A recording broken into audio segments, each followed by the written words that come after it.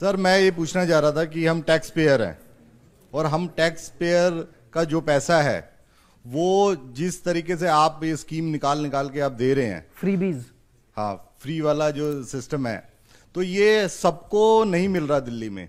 जैसे आपने 200 unit free का आपने सिस्टम बनाया है, तो 200 कोई अगर किसी की 500 यूनिट यूज होती है तो उसको बिल में दिखना चाहिए कि 200 यूनिट आपका खत्म हो गया और 300 के आपको पैसे देने हैं। अब उसको पूरे 500 के देने पड़ते हैं। आप समझो, जो 200 वाले हैं वो 200 वाले पहले कभी देते ही नहीं थे। 200 वाले जो आपने फ्री किए हैं वो 200 वाले कभी पहले दिया ही नहीं करते थे, क्योंकि उनके यहां पर, क्योंकि आज जो दिल्ली की हालत है, 5 साल पहले जितनी झुग्गियां थी आज झुग्गियां और बढ़ गई हैं। सर जो रोडे जिस हालात में पहले थी उसी हालात में 5 साल से उसी हालात में रह गई। हाँ। जो टैक्स पेयर हैं उनको क्या रिलीफ मिल रहा है इस सरकार से जो आपकी 5 साल बेमिसाल सरकार गई है?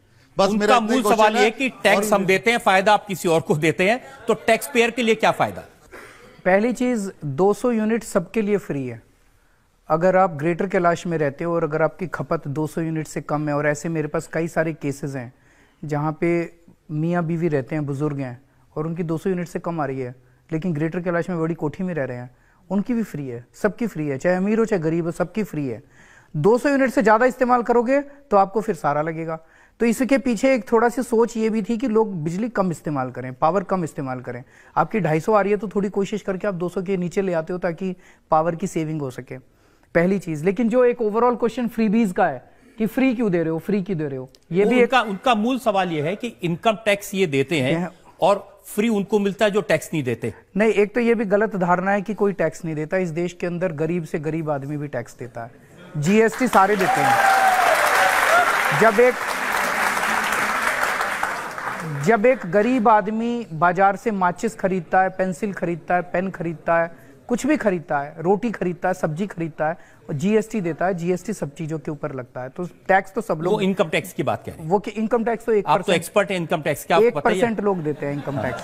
पहली चीज, जीएसटी ज्यादा बढ़ाए, इनकम टैक्स तो आप कह रहे हैं उन्होंने बेड़ा गर्क कर दिया। बेड़ा गर्क किसने किया?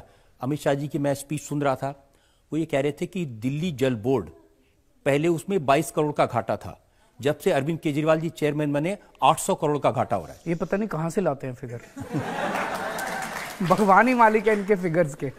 इन पे यकीन तो मत ही कीजिए आप, मतलब भारतीय जनता पार्टी झूठ की फैक्ट्री है। और उस टकराव का दिल्ली की जनता को नुकसान हुआ। अब वो कह रहे हैं कि बुरे बीते 5 साल, जल्दी निकल लो केजरीवाल।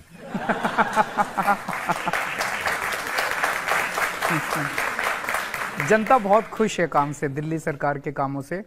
और मैं तो ये कहूँगा, जिस तरह का क्रांतिकारी काम शिक्षा के क्षेत्र में, स्कूलों के, अस्पताल के, बिजली के और पानी के, कम से कम 4 क्षेत्रों में जो क्रांतिकारी काम हुआ है, 70 साल के भारत के इतिहास में किसी राज्य की सरकार में ऐसा क्रांतिकारी काम आज तक कभी नहीं हुआ। लोग बहुत खुश हैं दिल्ली के। मैं आपको उदाहरण देता हूं।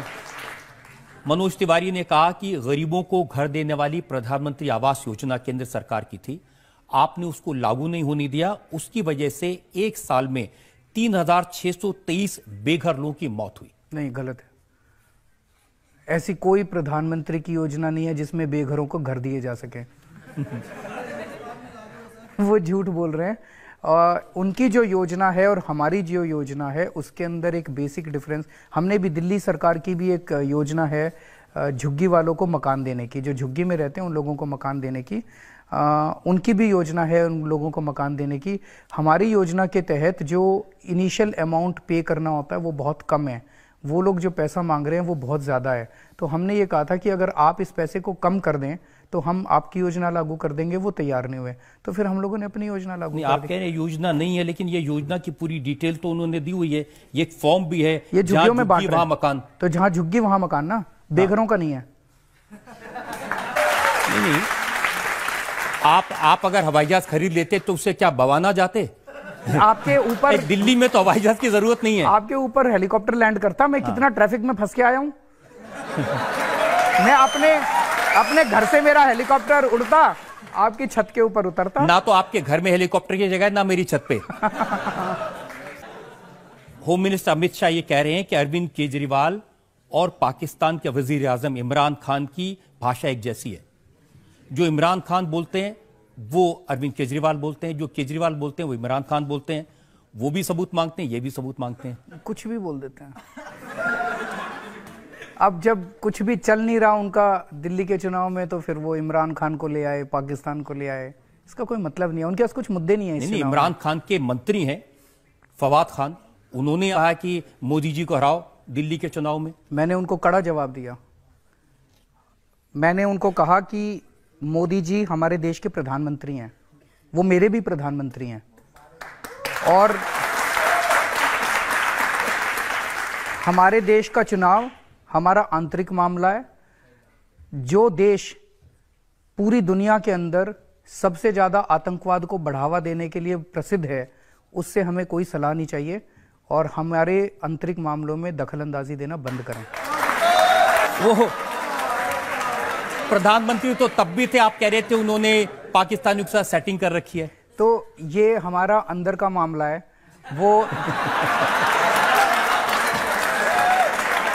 हमारे देश का मामला है।